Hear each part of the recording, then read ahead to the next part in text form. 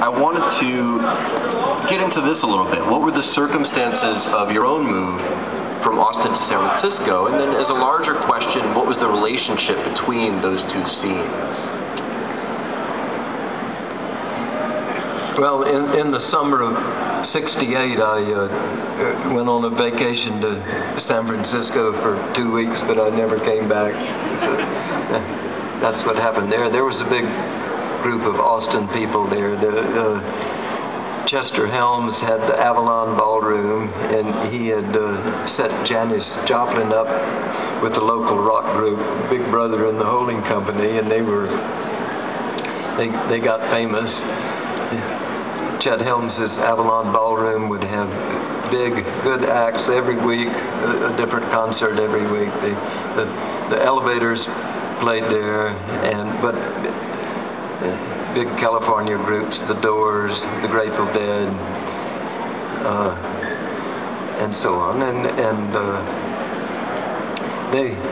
they would make posters every week, and they made nice posters. I thought I would be able to break into that poster deal because I knew Chet Helms, but I wasn't as good as those other poster guys. And four of us from Austin chipped in and bought a printing press. Dave Moriarty, Fred Todd, Jack Jackson, and myself.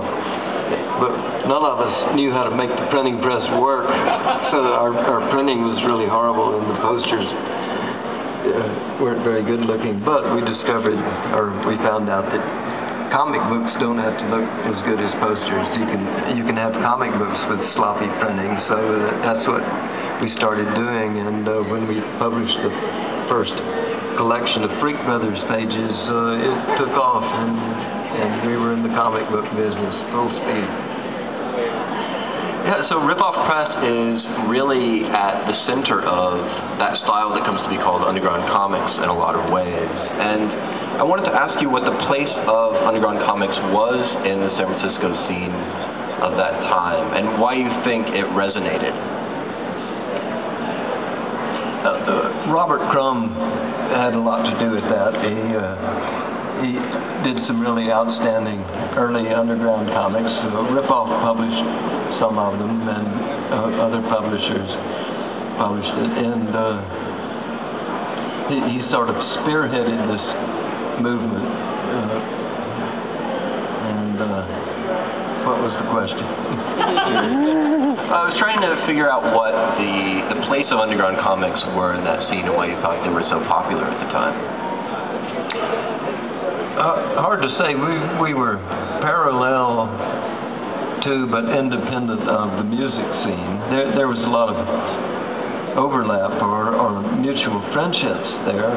There always has been a connection between cartoonists and musicians. I'm not sure why, but they seem to run in the same crowd.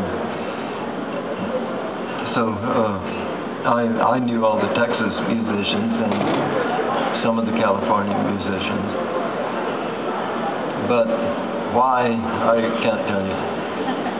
Sure, and you're quite a music fan and something of a musician yourself, right? That's always been something that inspires you.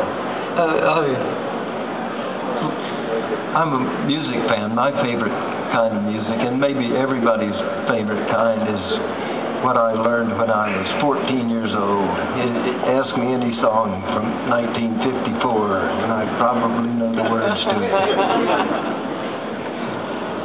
So we've been talking a lot about the late 60s and early 70s, but of course your work has been continuous and continuously popular. I heard in a radio interview that you did earlier this week that you think that some people think of the Freak Brothers as something of a period piece.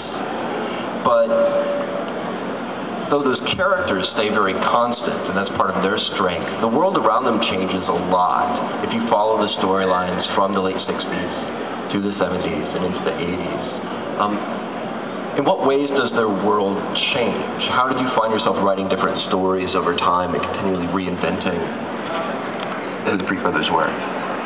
That's the way a lot of comic strips are. The characters are ageless and timeless, and the ambience changes with with time. For example, Blondie in the comic strips, that used to be funny in the 20s, in the 30s, and they've kept it.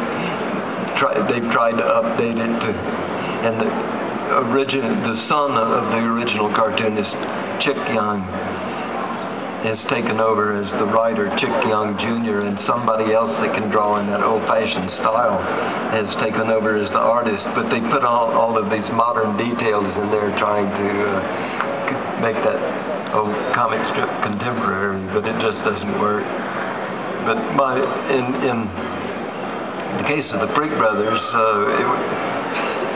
we've got a new storyline with the Freak Brothers. They moved to the country, like in this story here, Grassroots. This is the name of the film that we're working on. The Freak Brothers moved to the country, and they're the same old Freak Brothers, but it's today.